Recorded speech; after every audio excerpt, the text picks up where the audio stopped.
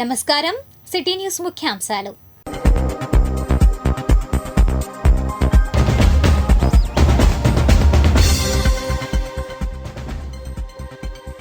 Assembly నిరవధిక వాయిదా, 10 రోజుల పాటు జరిగిన బడ్జెట్ సమావేశాలు. నిడమరు రోడ్డుకు మోక్షం, శంకుస్థాపన చేసిన R&B మంత్రి జనార్దన్ రెడ్డి.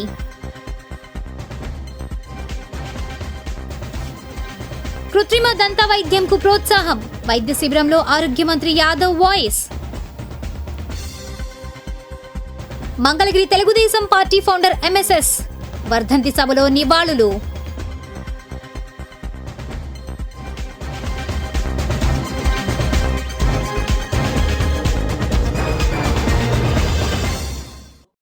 నిడమరిలో పెండింగ్ లో ఉన్న పనులను శుక్రవారం రాష్ట్ర రోడ్డు భవనాల శాఖ మంత్రి BC జనార్దన్ రెడ్డి కొబ్బరికాయ కొట్టి పనులు ప్రారంభించారు.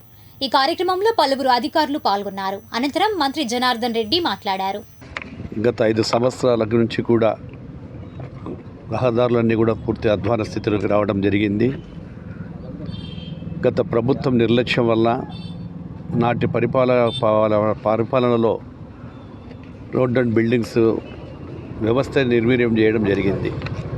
మళ్ళీ కూటమి ప్రభుత్వం అధికారంలోకి వచ్చిన తర్వాత గౌరవ ముఖ్యమంత్రి గారి ఆదేశాల మేరకు ఈరోజు ఎక్కడైతే ఈ యొక్క NDB వర్క్స్ కానీ, ఇంకా నేషనల్ హైవేస్ కానీ, హైవే కానీ, పార్ట్ హోల్స్ కానీ, వీటి మీద మొన్ననే 890 కోట్ల రూపాయలు, 60 కోట్ల రూపాయలకు పైగా పార్ట్ హోల్స్కు రిలీజ్ చేసి అవన్నీ కూడా ప్రతి గ్రామాన కూడా శరవేగంగా పనులు జరుగుతూ ఉన్నాయి.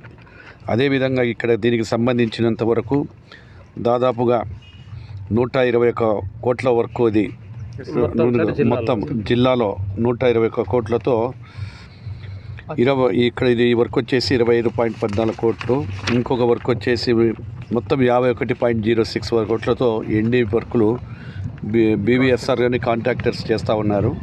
వాళ్ళందరూ కూడా గత ప్రభుత్వంలో డబ్బులు వస్తాయో రావో అని చెప్పేటువంటిది 5 సంవత్సరాల నుంచి కూడా పని చేయకపోతే కాంట్రాక్టర్లు అందరినీ కూడా కూర్చోబెట్టి వారికి ఉన్న సమస్యలన్నీ విన్న తర్వాత ఖచ్చితంగా చేయండి, మీకు ఏదైతే ఈ కాంట్రాక్టర్లకు ఎక్కడ ఇబ్బందులు రావు అని చెప్పిన తర్వాత వాళ్ళు మొట్టమొదట పెడుతున్నటువంటి వాళ్ళు ఈ యొక్క ఒకళ్ళు BVSR కంపెనీ వాళ్ళు చేస్తూ ఉన్నారు. వారికి కూడా అభినందనలు తెలియజేస్తూ ఉన్నా. ముఖ్యంగా ఇదే కాకుండా ఏదైతే గతంలో మెటల్ కానీ ఇవి కానీ అడ్జస్ట్మెంట్ ఉండేది కాదు, ఆ కోట్ల రూపాయలు పనిచేసిన తర్వాత ఆ మెటల్కి సంబంధించినటువంటి ఇబ్బందులు కూడా ఉన్నాయంటే సీఎం తరఫున బుక్ సీనరేజ్కి సంబంధించినవి, ఆ సీనరేజ్కి సంబంధించి కూడా బుక్ అడ్జస్ట్మెంట్ అంటే కాంట్రాక్టర్ ముందు కట్టకుండా వాళ్ళు ఏ రోజైతే బిల్లు వస్తుందో ఆ బిల్లులో గవర్నమెంట్కి చూసి చేస్తూ ఉన్నాము. ఇది ఒక్కటే కాకుండా గతంలో ఇప్పుడు NDB బ్యాంక్ ద్వారా ఏవైతే కాంట్రాక్టులు ఇప్పుడు ఉన్నాయో మిగిలినవి కూడా రాష్ట్రం అంతటా కూడా మొదలు పెడతా ఉన్నాము. రేపు సంక్రాంతి నాపటికి ఎక్కడ కూడా పార్ట్ హోల్స్ అనేది కూడా ఎక్కడ కనపడద్దు అనేటువంటి ధ్యేయంతో ముఖ్యమంత్రి గారు రివ్యూ చేస్తూ ఉన్నారు. ముఖ్యంగా మమ్మల్ని అందరినీ మేము కూడా ఎవ్రీ సాటర్డే సండే కానీ అట్లా ఒక డేట్ పెట్టుకొని అన్ని చోట్ల కూడా రివ్యూలు చేస్తూ ఉన్నాము. ఏదేమైనా ఇది ముఖ్యమైన రహదారి. ఈ రహదారికి ఇక్కడ ఉన్నటువంటి ప్రజలు ఎన్నో కాంక్షలతో మంగళగిరిలో అత్యధిక మెజార్టీతో లోకేష్ బాబు గారిని కూడా గెలిపించడం జరిగింది. ఈరోజు ఉదయం కూడా లోకేష్ బాబు గారు ఒకటే చెప్పడం జరిగింది, మనకు ఎన్ని ఇబ్బందులు ఉన్నా ఆ రోజు మనం ఏదైతే రహదారులకు మనం ఇస్తామనుకున్న నిధులు కానీ పనులు చేయించాలి. ఎందుకంటే ఎప్పుడైతే రహదారులన్నీ కరెక్ట్గా పనిచేసి అన్నీ వస్తాయో అప్పుడే మనకు అన్నీ కూడా ఏవైనా పరిశ్రమలు రావడానికి కూడా అవకాశం ఉంటుంది. ఒక పరిశ్రమలే కాదు, టూరిజం శాఖ కూడా డెవలప్ అవుతుంది. అన్ని విధాల ప్రజలకు అసౌకర్యం లేకుండా త్వరలోనే రాష్ట్రంలో గుంతలు లేని రాష్ట్రం చేసుకొని ఇంకా కొత్త. మీకు తెలుసా, కాగ్ చీఫ్గా నియమితులైన తొలి తెలుగు అధికారి ఎవరు? కాగ్ చీఫ్గా నియమితులైన తొలి తెలుగు అధికారి సంజయ్ మూర్తి. మంగళగిరి CK కన్వెన్షన్లో 52వ జాతీయ స్థాయి ఇండియన్ ప్రోస్తోడాంటిక్ సొసైటీ ఆధ్వర్యాన సదస్సు ప్రారంభమైంది. ముఖ్య అతిథిగా ఆరోగ్య శాఖ మంత్రి సత్యకుమార్ యాదవ్ హాజరయ్యారు. ఈ కార్యక్రమంలో IPS జాతీయ అధ్యక్షులు డాక్టర్ మహేష్ లహోరీ, కార్యదర్శి doctor Hari, conference chairman T Krishnamohan, doctor Vijay Shankar, doctor శిల్పి తదితరులు పాల్గొన్నారు. అనంతరం వారు మాట్లాడారు. 52 సంవత్సరాల క్రితం ఒకరిద్దరితో మొదలై ఇవాళ 15,000 మందితో ఒక వటవృక్షంలాగా ఎదిగి దేశవ్యాప్తంగా కూడా దంతరోగ సంబంధిత వ్యాధులకి పరిష్కారాన్ని చూపిస్తూ ప్రజల్ని పేదల నవ్వుల్లో మొహాల్లో చిరునవ్వులు అందిస్తూ వాళ్ళ మిస్సింగ్ టూత్ ఏదైనా ఉంటే వాటిని మళ్ళీ సరిచేస్తూ అలాగే ఇతరత్ర నోటి సంబంధిత వ్యాధుల్ని అవకతవకలను కూడా సరిచేస్తూ విశేష సేవలు అందిస్తున్నారు. ఈ సందర్భంగా దేశవ్యాప్తంగా ఈ సమావేశానికి వచ్చిన వాళ్ళందరికీ కూడా అభినందనలు తెలియజేస్తున్నాను. ఈ సందర్భంగా ఆంధ్ర రాష్ట్రంలో జరుగుతున్న పరిస్థితుల గురించి 5 సంవత్సరాలుగా జరిగిన విధ్వంసం గురించి ఏ రకంగా 5 సంవత్సరాలు 20 సంవత్సరానికి రాష్ట్రం వెనక్కి నెట్టవేయబడింది అయినప్పటికీ కూడా ఇటువంటి ప్రతికూల పరిస్థితుల్లో ఆరోగ్య రంగం మీద ప్రత్యేకంగా దృష్టి పెట్టి ఎటువంటి మార్పులను తీసుకొస్తున్నారు, ఎటువంటి ట్రాన్స్ఫర్మేషన్ ఈ రాష్ట్రంలో గౌరవ ముఖ్యమంత్రి చంద్రబాబు నాయుడు గారు, ఉప ముఖ్యమంత్రి పవన్ కళ్యాణ్ గారి నాయకత్వంలో తీసుకుంది. అదేవిధంగా దేశవ్యాప్తంగా కూడా గత 10 సంవత్సరాల్లో వైద్య రంగంలో వచ్చిన సమూలమైన మార్పుల్ని ఈ సందర్భంగా వారికి వివరించడం జరిగింది. వాళ్ళ వైద్య రంగంలో ఆయుష్మాన్ భారత్ అనేది ఒక విప్లవాత్మకమైన దాదాపు 10,45,00,000 కుటుంబాలకి అంటే 55 కోట్ల మందికి సంవత్సరానికి 5 లక్షల రూపాయల వైద్య సాయం అందించడం చిన్న విషయం కాదు. రాష్ట్రంలో కూడా ఎన్టీఆర్ వైద్య సేవ కింద అతి త్వరలోనే 25 లక్షల రూపాయల వైద్య సహాయం అందించేదానికంటే టెర్షరీ హెల్త్ కేర్కి కూడా ప్రాణాంతకమైన వ్యాధుల నుంచి కూడా ప్రజల్ని కాపాడుకోవడం కోసం ఒక కార్యక్రమాన్ని తీసుకొస్తున్నాం ఎన్టీఆర్ వైద్య సేవ కింద. ఆ విషయాలన్నిటి కూడా వివరించడం జరిగింది. అసలు ప్రాస్థెరాంటిక్స్ ఏంటంటే ఈ కృత్రిమ పళ్ళు ఎవరైతే టీత్ ఉండవో దాన్ని ఫిక్స్డ్ కానీ రిమూవబుల్ పద్ధతిలో కానీ అమర్చే విధానం. సొసైటీ 52 ఏళ్ళు అయింది ఇప్పటికి పెట్టి. ఆల్ ఓవర్ ఇండియాలో 17,000 ప్రాస్థెరాంటిస్టులు ఉన్నారు. సో 2 ఏళ్ల క్రితమే గోల్డెన్ జూబ్లీ సెలబ్రేషన్ కూడా ఢిల్లీలో చేశారు. ఎవ్రీ ఇయర్ నేషనల్ కాన్ఫరెన్స్ ఒక దగ్గర జరుగుతుంది, స్టూడెంట్ కన్వెన్షన్ ఒక దగ్గర జరుగుతుంది. నేషనల్ కాన్ఫరెన్స్ ఈసారి విజయవాడలో జరుగుతుంది, లాస్ట్ ఇయర్ గోవాలో జరిగింది, నెక్స్ట్ ఇయర్ ముంబైలో జరిగింది. డిఫరెంట్ పార్ట్స్ ఆఫ్ కంట్రీలో జరుగుతూ ఉంటుంది. సో మినిమం 2,000 మంది ఎప్పుడు అటెండ్ అవుతారు ఈ కాన్ఫరెన్స్, స్టూడెంట్స్ కానీ ఫ్యాకల్టీ కానీ. First day pre conference workshops అనేది చేస్తాం, ఓన్లీ ట్రైనింగ్ ప్రోగ్రామ్ స్టూడెంట్స్కి ఫ్యాకల్టీకి. ప్రతి స్టేట్ బ్రాంచ్ మళ్ళీ కమ్యూనిటీ అవుట్రీచ్ ప్రోగ్రామ్, ఫ్రీ డెంచర్లు చేయడం, ట్రైబల్ ఏరియాల్లో చేస్తారు, అన్నీ వృద్ధాశ్రమాలకి వెళ్ళి చేస్తారు. ఇది ఫ్రీగానే చేస్తుంది సొసైటీ, ఫండ్ చేసి ఏమి ఎవరి దగ్గర గవర్నమెంట్ నుంచి కూడా ఫండ్ తీసుకొని మా సొంతంగానే ఫండింగ్ చేసి ఎవరైతే బిలో ఎకనామికల్ స్టేటస్ ఉంటారో వాళ్ళ దగ్గరికి కాలేజ్ త్రూ కానీ గుంపుగా ప్రాస్థెరాంటిస్ట్ వెళ్ళి ఫ్రీగా డెంచర్స్ కూడా చేస్తారు. ఇది ఓవరాల్ అబౌట్ సొసైటీ. ఈ ఈవెంట్ మీ అందరి సపోర్టు, ఎందుకంటే మెయిన్గా మేము ఈ ప్రాస్థెరాంటిస్ట్ అనే విభాగాన్ని పాపులరైజ్ చేయడానికి. ఎలాగైతే మనం ఒకప్పుడు జనరల్ మెడిసిన్ అంటే ఒకే డాక్టర్కి పోతున్నాం, ఇప్పుడు కూడా 80% డెంటిస్ట్ అంటే ఒకటే అనుకుంటారు. చాలా భాగాలు ఉన్నాయి, దాంట్లో ఉన్న 4 మెయిన్ భాగాల్లో ప్రాస్థెరాంటిస్ట్ ఒకటి. సో ఓన్లీ పళ్ళు ఒకటే కాదు, యాక్సిడెంట్లో చెవులు ముక్కు పోయిన వాళ్ళకి కూడా మ్యాక్సిలోఫేషియల్ ప్రాసెస్ అనే ద్వారా మన వాళ్ళు చేస్తారు. దాని మీద ఇప్పుడే లెక్చర్ అయింది డాక్టర్ సంకేత్ రెడ్డి గారికి కూడా. సో ఇవన్నీ ఫిక్స్డ్ ఇంప్లాంట్స్ కానీ మొత్తం పళ్ళు లేని వాళ్ళకి కానీ అన్నీ ఎక్స్క్లూజివ్లీ మా విభాగం నుంచే జరుగుతుంది. దివంగత మాజీ మంత్రి డాక్టర్ ఎంఎస్ఎస్ కోటేశ్వరరావు 23వ సంస్మరణ కార్యక్రమాలు శుక్రవారం జరిగాయి. ఓ రిపోర్ట్. కీర్తిశేషులు ఎన్టీఆర్ స్ఫూర్తితో రాజకీయాల్లోకి వచ్చిన డాక్టర్ ఎంఎస్ఎస్ కోటేశ్వరరావు నిస్వార్థ సేవలందించడం ద్వారా ప్రజల హృదయాల్లో చిరస్థాయిగా నిలిచిపోయారని పలువురు నేతలు నివాళులర్పించారు. మంగళగిరి టీడీపీ కార్యాలయం ఎంఎస్ఎస్ భవన్లో దివంగత మాజీ మంత్రి డాక్టర్ ఎంఎస్ఎస్ కోటేశ్వరరావు 23వ వర్ధంతి కార్యక్రమాన్ని శుక్రవారం నిర్వహించారు. మొదట టీడీపీతో పాటు అఖిలపక్ష పార్టీల నాయకులు, కార్యకర్తలు బస్టాండ్ సెంటర్లో ఉన్న డాక్టర్ ఎంఎస్ఎస్ కోటేశ్వరరావు ఎన్టీఆర్ విగ్రహాలకు పూలమాలలు వేసి నివాళులర్పించారు. అనంతరం పార్టీ కార్యాలయంలో ఎంఎస్ఎస్ కోటేశ్వరరావు విగ్రహానికి నివాళులర్పించారు. డాక్టర్ కోటేశ్వరరావుతో తమకున్న అనుబంధాన్ని గుర్తు చేసుకుంటూ ఆయన మంగళగిరి నియోజకవర్గంలో చేసిన సేవలను కొనియాడారు. ఈ సందర్భంగా AP Padmashali corporation chairman Nandam Abaddayya, Tirumala Tirupati Devasthanam పాలక మండలి సభ్యురాలు తమ్మిశెట్టి జానకిదేవి మాట్లాడుతూ డాక్టర్ ఎంఎస్ఎస్ కోటేశ్వరరావు ఉన్నత ఆశయాలు, లక్ష్యాలను ప్రతి ఒక్కరూ పుణికిపుచ్చుకోవాలని పిలుపునిచ్చారు. ఇంకా ఈ కార్యక్రమంలో AP MSIDC chairman Chillapalli Srinivasarao, civil supplies director Thota Parthasarathi, senior నాయకులు బెల్లంకొండ నరసింహారావు, గాదే పిచ్చిరెడ్డి, ఎండి ఇబ్రహీం, మన్నెం రమేష్, గోవాడ దుర్గారావు, సిపిఎం సీనియర్ నాయకులు జొన్నాదుల వీరరాఘవులు, రాష్ట్ర బీజేపీ నాయకులు మాదాల శ్రీనివాసరావు, సిపిఐ నియోజకవర్గ సహాయ కార్యదర్శి Kancharla Kasaiah, Janasena, CPI, CPM, TDP రాష్ట్ర పార్లమెంట్ నియోజకవర్గ టీడీపీ నాయకులు, కార్యకర్తలు, తెలుగు మహిళా విభాగం, అన్ని అనుబంధ సంఘాల నాయకులు, కార్యకర్తలు, ఎంఎస్ఎస్ కోటేశ్వరరావు అభిమానులు పెద్ద ఎత్తున పాల్గొన్నారు. 83లో మంగళగిరి నియోజకవర్గానికి సరైన అభ్యర్థి ఎవరంటే మరి డాక్టర్ ఎంఎస్ఎస్ కోటేశ్వరరావు గారే అయితేనే సరైన అభ్యర్థి అని ఆనాడు మంగళగిరిలో ఉన్నటువంటి పెద్దలు అందరూ కూడా ఆలోచించి డాక్టర్ ఎంఎస్ఎస్ కోటేశ్వరరావు గారిని మరి నందమూరి తారక రామారావు గారి దగ్గర తీసుకెళ్ళి ఆ రోజు మరి ఎమ్మెల్యే అభ్యర్థిగా ఆయనకి సీటు ఇవ్వటం జరిగింది. మరి అప్పుడు మరి ఆనాటి అతిరథ మహారాజుల్లో రాయపాటి శ్రీనివాసరావు మరి ఆర్థికంగా అన్ని రంగాల్లో కూడా ఆయన పరిపుష్టి గల వ్యక్తిగా ఈ నియోజకవర్గంలో పోటీ చేయడం జరిగింది. ఆ టైంలో మరి డాక్టర్ గారు మరి పోటీ చేసి మరి భారీ ఓట్ల మెజార్టీతో ఆనాడు రాయపాటి సాంబశివరావు గారు మీద గెలవడం జరిగింది. గెలిచిన తరువాత ఈ యొక్క నియోజకవర్గంలో మంగళగిరి ఎంటీఎంసీ పరిధిలో ఉన్నటువంటి ఆనాడు కూడా చైర్మన్గా బాధ్యతలు ఇవ్వడం జరిగింది. తదుపరి ఎన్నికల్లో మరి కాంగ్రెస్ అభ్యర్థిగా సినీ నటి జమున మీద మరి పోటీ చేయడం జరిగింది. మరి ఆ రోజు కూడా రెండోసారి కూడా మరి భారీ ఓట్ల మెజార్టీతో ఎంఎస్ఎస్ కోటేశ్వరరావు గారు జమున మీద మరి గెలవడం జరిగింది. ప్రతి ఒక్కరికి రూపాయికే వైద్య సేవలు అందించడం ఆయన గొప్పదనంగా చెప్పుకోవచ్చు. అలాంటి వ్యక్తిని మన మంగళగిరి నియోజకవర్గ ప్రజలు కూడా ఎన్నుకోవడం కూడా ఒక ప్రత్యేకత. అటువంటి సమాజ సేవ చేయడం అనేది ఫస్ట్ నుంచే ఉన్నది ఆయనకి. ఆ తర్వాత కూడా మినిస్టర్ అయిన తర్వాత అదేవిధంగా ఎమ్మెల్యే అయిన తర్వాత కూడా దాన్ని కొనసాగిస్తూ ఏదైతే ఆసుపత్రి మన జనానికి కావాల్సిన వైద్య సేవలు అందించడానికి 30 పడకల ఆసుపత్రి ఏర్పడడానికి ఆయన సహాయ సహకారాలు అందించారు. తర్వాత లిఫ్ట్ ఇరిగేషన్ ఒకటి, బస్ స్టాండ్ ఒకటి, ఇంకా కృష్ణా జలాలు రావడానికి కూడా ఆయన సహాయ సహకారాలు అందించారు. తర్వాత ఆయన ప్రత్యేకంగా ఒక కాలనీ ఏర్పాటు చేసి ఆ కాలనీకి కావాల్సిన సదుపాయాలన్నీ ఏర్పరచడం కూడా ఆయన ప్రత్యేకత చూపించుకున్నారు.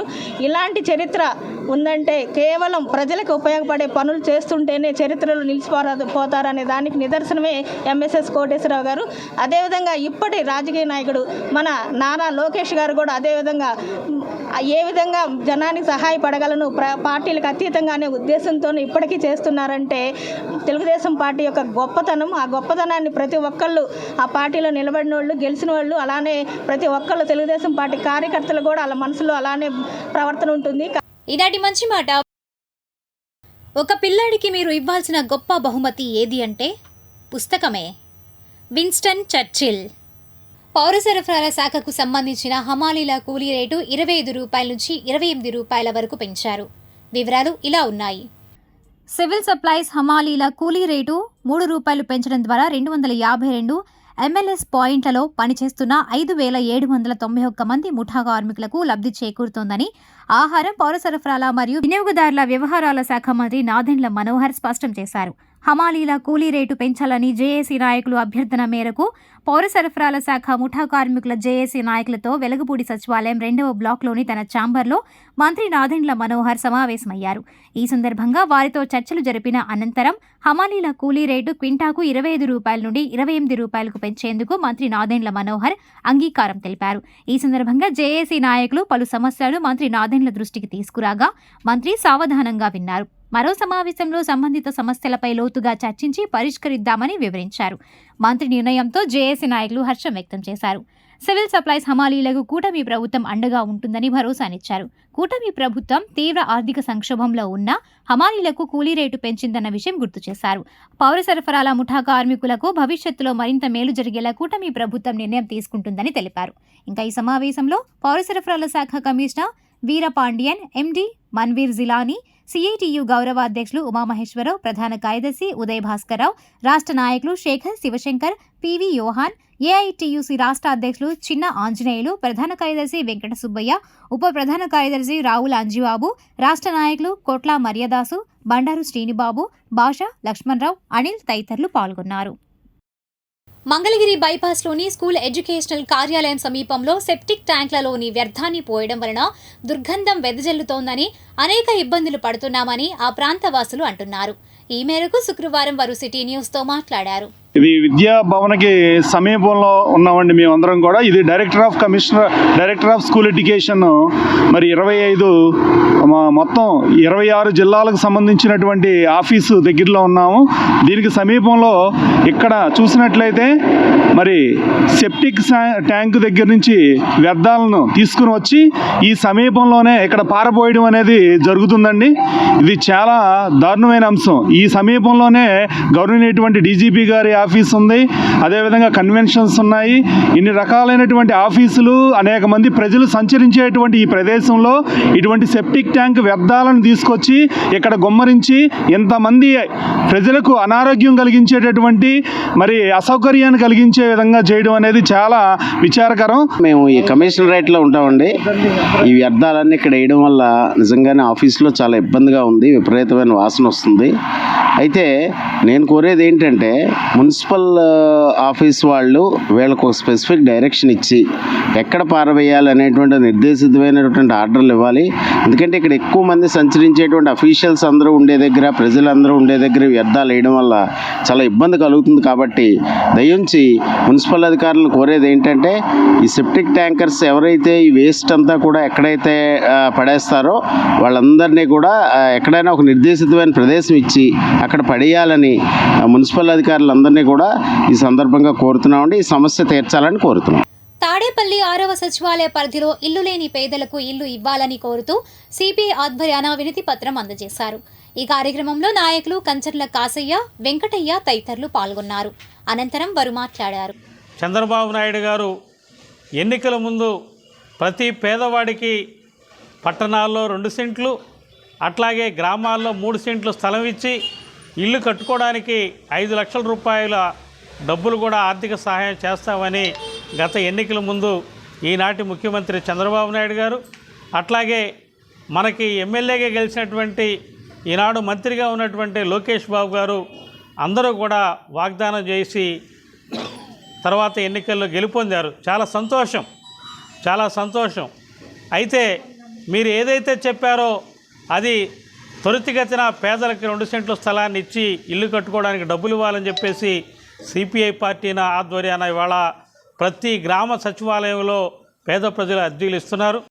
సిపిఐ పార్టీ ఆధ్వర్యాన జరుగుతున్న ఈరోజు 6వ సచివాలయం ఇళ్ల స్థలాల నిమిత్తం పేద ప్రజలకు ఇళ్ల స్థలాలు ఇవ్వాలని గత 5 రోజులుగా అన్ని సచివాలయాల్లో ఈ అర్జీలు ఇవ్వటం జరిగింది. రాష్ట్ర ప్రభుత్వాన్ని మేము కోరుతున్నది ఏమంటే, అయ్యా పేద ప్రజలు నివసిస్తున్న ఏరియాలో మీరు సర్వే చేయించండి. సర్వే చేసి వాళ్ళు అర్హులైన వారికి వాళ్ళకి ఇళ్ల స్థలాలు ఇచ్చి మీరు ఇచ్చిన వాగ్దానాలు, ఎన్నికల్లో ఇచ్చిన వాగ్దానాలను నెరవేర్చి ఈ పేద ప్రజల్ని ఆదుకోవాలని, అట్లాగే వాళ్ళకి కావాల్సిన అన్ని వసతులు ఇచ్చి ఇల్లు కట్టించి ఇవ్వాలని కోరుకుంటూ తాడేపల్లి పట్టణ సిపిఐ పార్టీ తరఫున కోరుతున్నాం. ఏపీ మాదిగ కార్పొరేషన్ కార్యాలయంలో నూతనంగా కార్పొరేషన్ చైర్పర్సన్గా బాధ్యతలు చేపట్టిన ఉండవల్లి శ్రీదేవిని శుక్రవారం ఆంధ్రప్రదేశ్ లిడ్ క్యాప్ పరిరక్షణ సమితి వ్యవస్థాపక అధ్యక్షుడు బుల్లా రాజారావు, లిడ్ క్యాప్ మాజీ డైరెక్టర్ ఆగరం సురేష్ బాబు, ఎన్టీఆర్ జిల్లా కార్యదర్శి పి రాజశేఖర్, పి శ్యామ్ కలిసి అభినందించారు. శ్రీదేవి భవిష్యత్తులో మరిన్ని ఉన్నత పదవులను అధిరోహించాలని వారు కోరుకున్నారు. ఇప్పుడు దుగ్గిరాల సమాచారాన్ని తెలుసుకుందాం.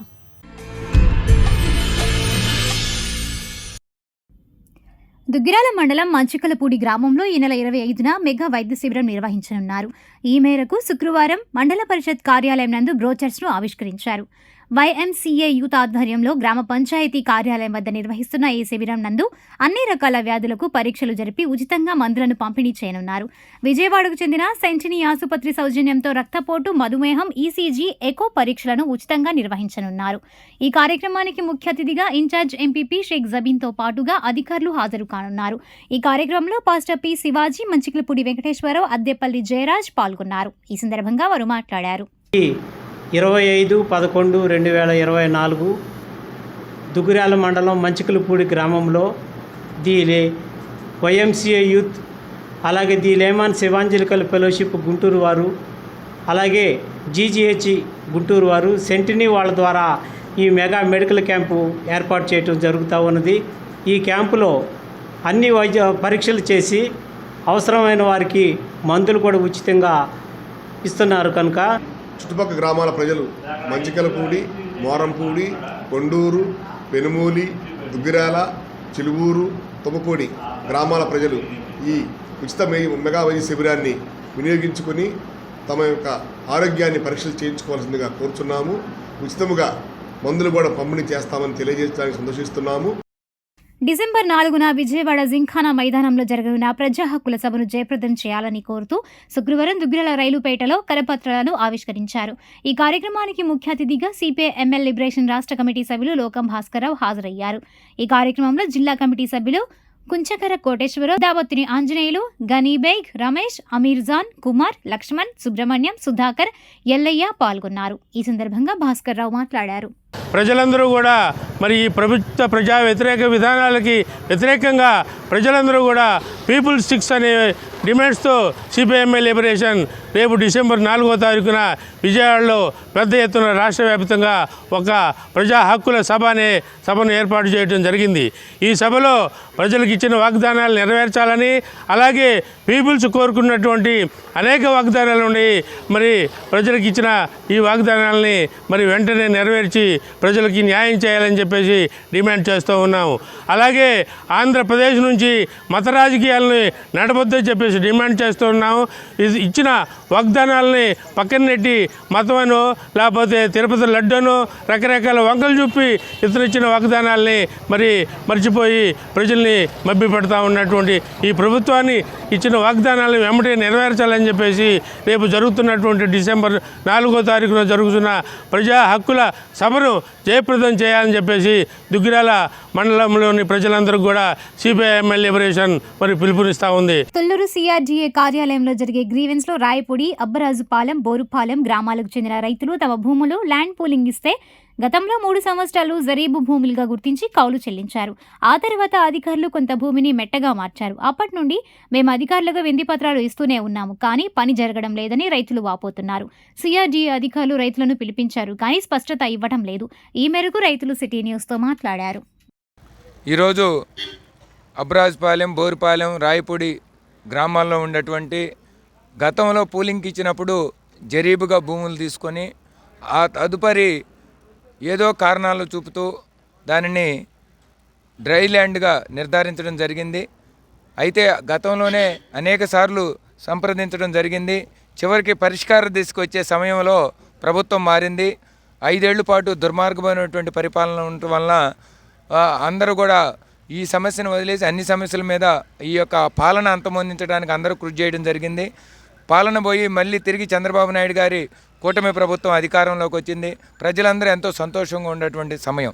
ఆ సమయంలో మళ్ళీ ఏదైతే పూలింగ్కి సహకరించి జరీబుగా భూములు ఇచ్చి కృష్ణానదికి అతి సమీపంలో ఉండి ఎప్పటి నుంచో భూములు వ్యవసాయం చేసే విధానం వచ్చిన దగ్గర నుంచి కూడా జరీబు పంటలు పండిస్తున్నటువంటి భూమిలో ఏదో కొన్ని సాంకేతిక కారణాలు చూపెట్టు దాన్ని డ్రైల్యాండ్గా పరిగణించి మమ్మల్ని అన్యాయం చేయొద్దు, మేము పూర్తిగా రాజధానికి సహకరించడానికి మా భూములు ల్యాండ్ పూలింగ్కి ఇవ్వడానికి సిద్ధంగా ఉండి ఇవ్వటం జరిగింది. మాకు కొన్నాళ్ళు కవులు కూడా చెల్లించడం జరిగింది. కాబట్టి మాది మానవతా దృక్పథంతో పరిశీలించి మీరు తప్పకుండా న్యాయం చేయాలి, మాకు లేకపోతే కనుక అన్యాయం జరిగిద్దని ఈరోజు రైతులందరూ కూడా మన అడిషనల్ కమిషనర్ గారికి విన్నవించుకోవడం జరిగింది. మీరు అడిషనల్ కమిషనర్ గారు స్పష్టమైనటువంటి హామీ ఇవ్వడం జరిగింది. జాయింట్ కలెక్టరు మరియు ఇతర అధికారులతో కూడా సంయుక్త సమావేశాన్ని నిర్వహించి మీ సమస్యలను తీసుకొని రైతులకు అనుకూలమైనటువంటి నిర్ణయం వచ్చే విధంగా మా వంతు సహకారం అందిస్తామని చెప్పారు. కాబట్టి ప్రభుత్వం కూడా రైతులు మేలుగోరే ప్రభుత్వం కాబట్టి రైతులకి అనుకూలమైనటువంటి విధానంతో న్యాయం చేయవలసిందిగా కోరుతా ఉన్నాం. ఈ జరీబు మనం ల్యాండ్ పూలింగ్కి ఇచ్చేటప్పటికే 30 సంవత్సరాల నాటి వయసు కలిగినటువంటి నిమ్మ మొక్కలు ఉన్నాయి, అట్లాగనే అరటి, అట్లానే కూరగాయలు, అట్లాగనే పూలు, సెరికల్చర్, హార్టికల్చర్ అన్నీ ఉన్నాయి. అయితే ఇక్కడ అధికారులు చేసిన తప్పిదం కానీ లేకపోతే వాళ్ళు చేసిన లోపాలని సరిదిద్దుకోవడానికి కానీ ఈ రైతులని, నోరు లేని రైతుల్ని ఈ జరీబు, నాన్ జరీబు అని పెట్టి వీళ్ళని అన్యాయం చేయడానికి పూనుకున్నారు. ఇది పూర్తిగా మేము ఖండిస్తున్నాం రైతులుగా. అట్లాగనే దీని మీద ప్రత్యేకమైన దృష్టి ఈ రాజధానికి సంబంధించినటువంటి మంత్రి నారాయణ గారు దృష్టి పెట్టాల్సిన అవసరం ఉంది. ఇది పొలిటికల్ నిర్ణయం తీసుకోవాలి. ఇది అధికారులు మాత్రం పాత అధికారులు రక్షించేటట్టు వీళ్ళు ఉండారు తప్పితే సమస్యని పరిష్కారం తీసుకు ఈ అధికారులు ఎవరో కూడా ఆలోచించట్లేదు. మంగళగిరి పాత bank colony municipal UP school ఎల్ఈజీలో పట్టణ యూటీఎఫ్ సమావేశం జరిగింది. సమావేశంలో పట్టణ యూటీఎఫ్ నూతన కమిటీని ఏకగ్రీవంగా ఎన్నుకున్నారు. గౌరవ అధ్యక్షులుగా కె నిర్మల, ప్రధాన కార్యదర్శిగా ఎన్వి శివరామిరెడ్డి, ఉపాధ్యక్షులుగా ఏవి స్వరలక్ష్మి, వి తనూజ, కోశాధికారిగా షేక్ రెహమాన్లను ఏకగ్రీవంగా ఎన్నుకున్నారు. ఇంకా ఈ కార్యక్రమంలో జిల్లా నాయకులు U Rajasekhar, T Anjaneyulu, CH Adinarayana, M Kotireddy, Kumar Raja తదితరులు పాల్గొన్నారు. The Bible society of India AP శాఖ జాతీయ స్థాయి బైబిల్ పుస్తకాల ప్రదర్శనను విజయవాడలో 3 రోజుల పాటు ఏర్పాటు చేసింది. ఓ రిపోర్ట్. గుంటూరులో ఉన్న Bible society of India AP శాఖ విజయవాడ నగరం సూర్యారావుపేటలోని సిఎస్ఐ చర్చ్ బెసిలికా కాంపౌండ్లో జాతీయ బైబిల్ పుస్తకాల ప్రదర్శన 2024ను ఏర్పాటు చేసింది. ఈ మేరకు 22వ తేదీ శుక్రవారం ప్రారంభించారు. 3 రోజుల పాటు ఆదివారం వరకు ఈ ప్రదర్శన ఉంటుంది. ఈ కార్యక్రమాన్ని గుంటూరు చోడవరంలోని CSI bible house secretary reverend K John Vikram పర్యవేక్షిస్తుండగా ముఖ్య అతిథులుగా జాతీయ శాఖ కార్యదర్శి reverend doctor Leelavathi Vemuri, Krishna Godavari CSI bishop reverend doctor T George Cornelius, AELC moderator reverend doctor KF Paradesi Babu, BSI marketing director Paul Stephen, CSI basilica church in charge reverend TD Dileep Kumar తదితరులు హాజరయ్యారు.